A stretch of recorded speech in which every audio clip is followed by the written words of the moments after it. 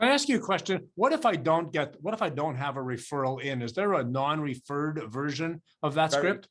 Very good question. So if, for example, it's a cold call, and I fully appreciate many advisors still work to cold calls or maybe to lists that they might buy, for example, or as we described in the UK, orphan clients that they may have picked up off another advisor.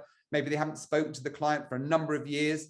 So there's no refer in, as you rightly say. So again, all you do is adapt the script. So my message instead would be, the introduction to, in this particular case, Madeline. I wouldn't be able to use her name. I would simply say, my name is Sandro Forte from ABC Insurance Company, and I've been working recently with other business owners just like yours, Jim, to help them achieve greater financial success. I made a promise I would call you today. I'm keeping my promise. Is that okay? Now, who did I make the promise to? Myself, obviously. But nevertheless, going back. But the language is there. The language is there. And that's, I was just going to say that's such a big part of this. You know, so many people, Van Miller, Tom Hegna, and all of really the top of the top in this industry, people like you realize this is a words, stories, questions kind of business. And language is such a big part of this. And you can adapt to it. Just make sure you say the right thing along the way to get people to respond the way you want. It's not just, well, good luck to you, see how it works out. There is method to the madness, if we can use that terminology, to all of this. I think that's outstanding. And I think something else, somebody is listening here, I know, and they're going, wait a minute, more financial success. I thought we were selling life insurance. And for instance, but I can see this now is I want to get your attention. I need to get you under favorable circumstances for some period of time. And I want to start with something. And if I can use that language, and perhaps you can comment more, if I can use that language, I can get to talk to you. And that's what I need to do first. Is that right? Yeah, I love what you just said, actually, because the common objection I get from the financial advisor community is, well, I don't deal in financial success. I just sell life insurance.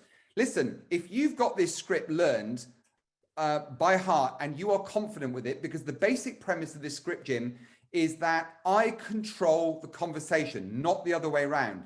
The big problem I had in the very early part of my career, and I see it all around the world amongst financial advisors now, is they adopt this very subservient, reactive approach to communication. What they do is they hand the reins, the responsibility very much to the prospect. And so it's inevitable that they spend the whole of the conversation fighting against objection. So the reality is that whether you want to, frankly, if the script is so powerful that even if you got to the message part, you could say, I sell life insurance. Are you interested in life insurance? If you wanted to be that blunt, you could. Now, okay, you are more likely to get an objection, but if you know you're going to handle the objection, whatever they say to you, you can say that with some degree of confidence. So it doesn't really matter, Jim, what your message is.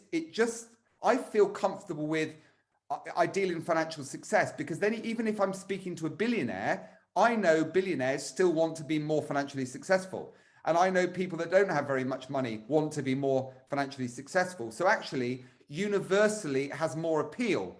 But if I just deal in one product area, just tell them what you do. That's absolutely fine.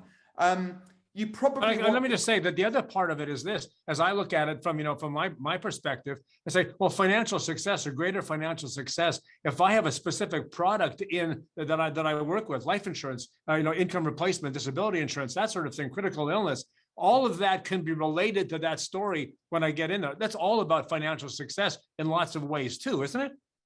Yeah, and again, that's a very good point. And going back to language, which, wordsmithing stuff is something I find very fascinating. The psychology of the relationship, of the process. I'll be honest, I've read more books on psychology than I ever have on sales. But wordsmithing stuff, you heard me mention earlier on, use the word meeting instead of appointment, because statistically, people are 17% more likely to cancel an appointment than a meeting. You are twice as likely to get personal introductions, i.e. a referral of a very good quality, than simply a referral. So when it comes to the words that we use during the script, you can talk about a particular product range, but instead of saying, I sell disability insurance, come up with a form of words that focuses on the outcome rather than the product, because people aren't interested in the product. Most of the time, they don't know what the product is anyway or what it does.